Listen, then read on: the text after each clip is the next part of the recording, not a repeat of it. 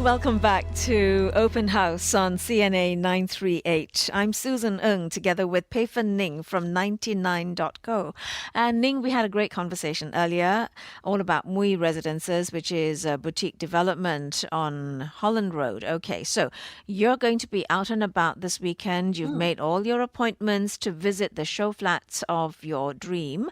And, keeping in mind all the stuff that we've learned from our guests on Open House, I'm sure you make a really good decision. It may not happen this weekend though, right? You may need several more weekends and maybe even more than that to find your dream home. And that's the thing, yeah, when we purchase something to live in, we want to find our dream home, but remember what our experts always tell us, cannot be an emotional decision. Yes, that's definitely on the top of my head. Every time I look at the corner, I fall in love with it and I have to pull myself back. But I must say that many, many moons ago, I did make a decision like that. It was a very emotional decision only because I fell in love with the area and with the proximity to Caldecott Broadcast Centre where MediaCorp used to be. And that was one of the first purchases I made. So never do that. In the end, I found out later that place was prone to flooding. So anyway, that's another story for another time. I didn't do my homework. And so we're in conversation now with Harry Yap. He's going to tell us what we must do, must not do, should do, shouldn't do when we purchase our first landed property here in Singapore. Lots of things to keep in mind. And Harry Yap is Associate Executive Director with Orange Tea and Thai Private Limited. Harry, thank you for joining us today. Hi, Suzanne. Hi, and Pei Fen Ning from 99.co is with me as well. Okay, so Harry, talk to us, first of all, about the different types of landed properties that are available in Singapore. Well, Susan, that's a very interesting topic to begin with. Now, legally, which appear in the title deed issued by Singapore Land Authority, there are only three classifications: detached, semi-detached, and terrace house. It does not show some term that we commonly use like bungalow, link bungalow, glass bungalow, etc. In fact, corner terrace is not even in the title deed. It just appears as terrace. That's it. Oh, okay. But then there are further classifications after you purchase or when you're buying your property. You can actually classify it further, although it's not on the title deed. Yeah, just for convenience of the consumer, right? We do have different classification like link bungalow. In fact, there's another hybrid of landed property which called cluster houses. These are like townhouse in the past. They come with facility like pools, and gymnasium, and you need to pay maintenance fee and management fee. So that's part of a landed property also.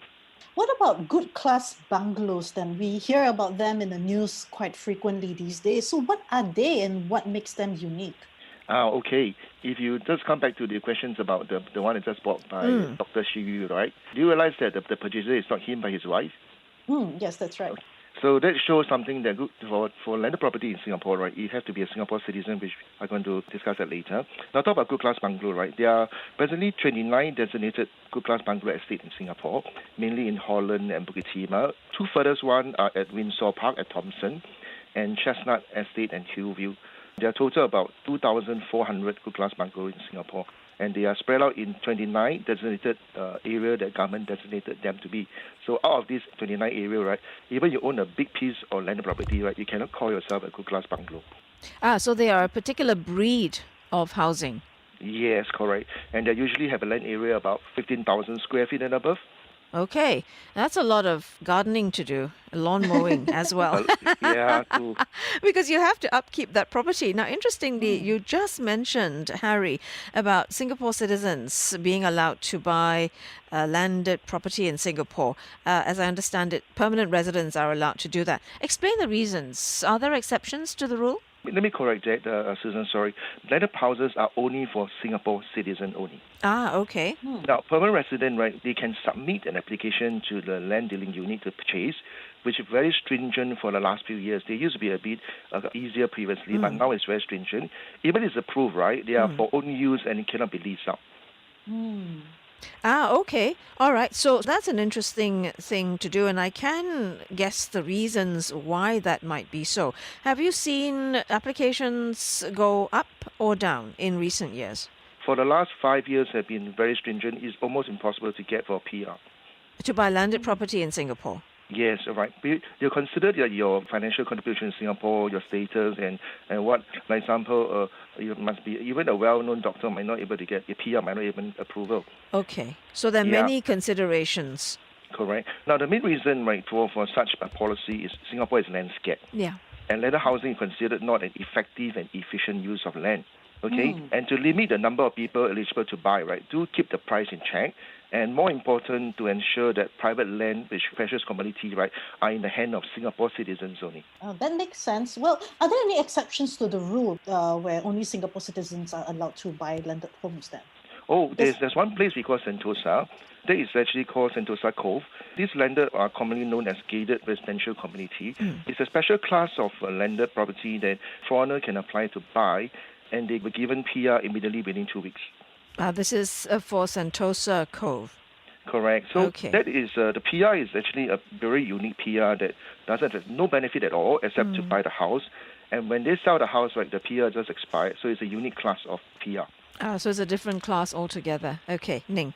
Yes, and earlier when we started out, you also mentioned townhouses, and these townhouses are usually like part of a condo development. They come with their own facilities that the residents or the landed house owners can pay maintenance for. So now, do such regulations for the citizenship also apply? So I'm going to chip in here for a moment. Harry, cluster houses, are they the same as strata landed houses that are part of condos? Yeah, very good question. They are totally separate. What happened is that, right, because they are what we call strata landed and strata houses. Okay, again, these are not inside the title deed mentioned to you, right? It have detached, semi-detached, and terrace house. Okay, just to explain a bit for laymen to understand, right? Strata landed are those like townhouses inside a landed zone by URA under landed. So all the landed limitations and regulations stays. Okay. Now, then you have cluster houses between a condominium. Means that developer built some townhouses inside the condominium, look like a landed. Okay, so they call cluster houses. Right there. A bit complicated. Let me explain to you very easily. If you buy a pure landed, right, in a title deed, it will appear the land area, like 1,500, 3,000 square feet. You buy a cluster, a landed or cluster houses, right, you don't have the land area in a title deed. It will be your built-in area, the GFA. So it's like buying a condo. Correct. So when you look at per square feet, right, you are buying a cluster bungalow, the square feet can be 800 per square feet. I see. Okay. So those are the main terms then. Cluster housing, which is part of condominium development, which is very different from strata landed or what we call townhouses. Okay. So if you're going to buy a house, landed property, there are many things you have to keep in mind, at least to understand before you purchase and before you make that decision. Yeah. If you have questions like Ning and I do for Harry, what you need to do is call us at 669-11938 or send us your WhatsApp messages to 963-11938. We're talking about owning landed property, what you need to do, what you need to know before you make that decision to purchase. And we'll come back after the news break and talk about the pros and cons of owning landed property and also some key considerations before making that major decision. This is Open House. Stay with us.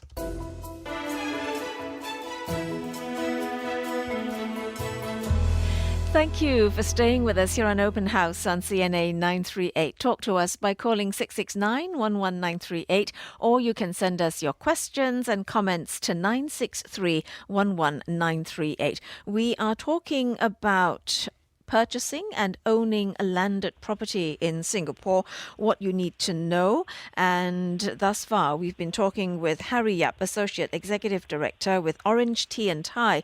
And Harry, thank you for explaining all the various terms to us, cluster housing and strata landed property and townhouses and things like that. And also what you get to see on your title deeds once you've purchased your landed property. These are important points to remember, aren't they, Harry? Because a lot of the time, I didn't know that there were so many different definitions, and what you see on your title deed really is to do with the definition of landed property. Yeah, true. So let's talk about landed property in Singapore. And Ning has this question since she's on the lookout for a home to live in. Yes, I'm on the lookout for a home to live in. And last week I joked about landed property being the aspirational home for myself, although, it Wow. probably would just be a dream. But I'm sure living in a landed property is probably not as rosy as it seems on the Mm, outside. And Susan can probably testify to yeah. that as well. Now, what are the pros and cons of owning a landed property that people should know about? Well, I mean, if you go to upgrade from HDB to private condo to go and continue to go up, right? Mm. Likely you reach the pinnacle, which is landed. So that is one thing we call the status symbol that you see yourself in. And in Singapore, there's only about 75,000 houses in Singapore, and that number is going to be fixed. Government not going to give land to build landed anymore, so it become rare and more rare. So you're going to have something that will be very limited supply. And or you say landed, one thing you can see that you go into a big built-in area in terms of your staying area, garden and rest. And obviously, if you have your own garden, like Susan had said, you can plant whatever you want, potatoes or papaya. And you have your own private garage. You can park your car inside your compound. Nobody will scratch your car. And in terms of for landed property, right, you do have a very good capital appreciation in the long term. I'm talking about 10 years, 15 years. And the best thing of all, right, you got full control of the land usage itself. You can build totally to your own taste. You can you can paint your house red. Nobody will complain. So that's a unique part of owning a landed property. I think. What about the downsides? Okay, downside, high entry cost. Very high entry cost. You want to Okay. find a good landed property, should have budget about 3 million, all right, and above. Anything below, you're going to find yourself compromised in a lot of area. So I'm talking about freehold. For double nines, right, landed is another story altogether. That one about 2 to 2.5, you can find a very comfortable one. You can even find a semi-D that's less than a million, Susan. I was thinking of other downsides because living in landed property means you really have to take care of your land. You Yeah. can't just let it overgrow because you'll have to contend with lawn mowing if you have a big garden, front or backyard. You've also got to contend with, at least I had to when I was much younger, my mother's house, we had to contend with leaves falling off trees that were built outside of the property but fell into your property and into the drains, even just at your fencing outside. You do have to clean all of that up. And then, later on in life, I was visited by birds, all kinds, not a bad thing. Then there were cats, stray cats, plenty of those. Then we had snakes and Ooh. rats, Monkeys. monkeys. So a friend of mine just told me about monkey that visited her condo. So we do have to contend with some of this, don't we, Harry? And take care of it because you have to consider not just yourself, but your neighbors. In fact, the authority is coming after you if you have mosquito breeding, right? Yes, mosquitoes, that's the Oh. other thing. Correct. Every other quarter, right, the environment will come to your place to visit you and check Yeah. the mosquito. And on top of that, if you do not even your swimming pool inside your pool, right, you don't upkeep, they'll come and check and they make sure everything is all right. So in terms of owning a landed house, right, because your own compound, you do have a very high maintenance incidental cost also. Example, you want to paint your house, right, it won't cost you 100, it costs you 10 over 1,000. You want to maintain the glass, right? If you don't want to cut your glass yourself, most Singaporeans Yeah. are likely to do so. You will spend about 200-300 a month to cut and manicure your garden. So there are a lot of things that need to be done, Susan, you're right. So the cost of maintenance is very high. A lot of people say, oh, landed, you don't pay anything. Sad to say it's wrong. That's right. And with experience, I do say that there must be maintenance costs that you have to factor in to your monthly expenditure. And that's only one issue because you've got to make sure that you keep up with all of these. And mosquitoes, that's a big thing because all the places I've lived, dengue was an issue. So for someone looking to buy landed property for the first time, what is the one thing they must consider? Aside from the fact you said it's a high entry cost, what is a key consideration? Okay, the key consideration is the budget. Don't go to the max. Example, you have about 4.5 or 3.5, right? Don't buy to the max. You need to have budget, quite a good sum to take over the place. I guarantee you the bulk of the things that need to be done. And it's not going to cost you 1,000, it's going to cost you 10 over 1,000. So choose the house that the first thing within your budget or even below your budget is a very good consideration. Actually, that's a very good point. I'm glad you said that. So choose within and even better below your budget because there are lots of financial costs that you'll have to bear right at the start. Ning. Well, while I was doing my property search, and I got tempted and looked at landed properties, so I noticed that there are actually some older leasehold landed properties on the market with not many years left on the lease. So why would these properties still appeal to some buyers? Well, it's purely like Ning Wei say, it's a price that they caught you at the eye, right? So So it's yeah, actually the pricing. Now, if you're going to stay a landed property, right? If you, for example, I'm going to rent an apartment for 3,000 or 4,000 a month to an apartment. Comparatively, if I use that and collectively pay like 500,000 to get a semi-D in presently, you can get one at Rifle Range Road for maybe 800,000. You just amortize it by 15 years or 20 years, right? It's much cheaper than paying rental, and you own the house. Okay, so there are different considerations depending on what you're actually looking for. So I'm going to just head back to another question we had, which is there have been people who are looking towards landed property. So share with us some of the recent market trends for landed properties in Singapore and their investment opportunities, pitfalls that buyers need to be mindful about, Harry. Okay, there are a lot of questions in your one question. so I Correct. Okay. That's how many questions we have for you, Harry.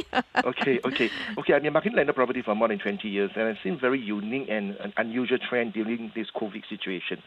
On the price level, right, for landed price barely changed compared to apartment during a lockdown period. Interestingly, after the circuit breaker, we see a very marked increase in transaction in landed property, and especially even landed developers, right, the developer building landed property, their houses are selling very quickly. And even like foreigners, you can see, are coming in to buy our GCB, and they're making a very high price to own a property, and this is what we call the gem of Singapore property landscape, GCB. So you can see in terms of landed property, people are seeing this as a golden opportunity to buy a landed property. And so I would see that if you're going to buy a landed property right now, right, get ready to pay more. Thank you, Harry. A quick question from our listener Maya, who was listening to our conversation and picked up on the point we made about maintenance costs for landed property. Maya, your question is, what's the maintenance we need to pay for landed houses? Maya, just to quickly say that it very much depends. Harry, correct me if I'm wrong. Depends on what the amenities are you have within your landed property. Because Harry, you mentioned if you have a pool, you're going to have to maintain that almost every 2 weeks to every month, right? You've got to make sure your grass is cut. If you have fruit trees, they are pruned because you can't have branches falling into your neighbor's home. And then, of course, the mosquito breeding, you mustn't have all this, water patches and stuff like that all over your property because, that does need to be looked after. And of course, having wildlife visit you, that's an upside or a downside depending on how much you love the wildlife and how much they are a threat to you and your family, right? Are there any other maintenance costs that Maya should be aware of if she is thinking of purchasing landed property now? I think Maya might be asking about means that maintenance costs in terms of like those cluster housing. Now, to avoid all this, right, Susan, you can just buy a cluster housing, and that will let the management office take care of everything. Even the pool is maintained by the management office. So that one will keep just a fixed management fee every month. They keep the surrounding for you for cluster housing, cluster landed housing. For landed property, right, it's not the monthly maintenance that is the issue. Example, how much can you eat to cut the glass and everything? It's not much. It's the incidental that you need to watch out for. Example, Okay. All right, my roof leak. There's no management office to call. You call yourself. Okay, so Okay. these are things you can't budget for because you're not sure what is going to happen to your property. Well, Harry, we're going to have you back to talk more and to ask you more questions because Maya has another question, but we've run out of time. We'll try and get the answer for you, Maya, from Harry, and we'll provide the answer to your question next week on Open House. But Harry, thank you very much. You're welcome, Susan. Thank you. Wow, Ning, we have lots of questions for Harry, so we'll have to get him back to talk to us. Harry Yap, Associate Executive Director, Orange Tea and Thai. And that's it for Open House this week. www.99.co is where you can go for more information.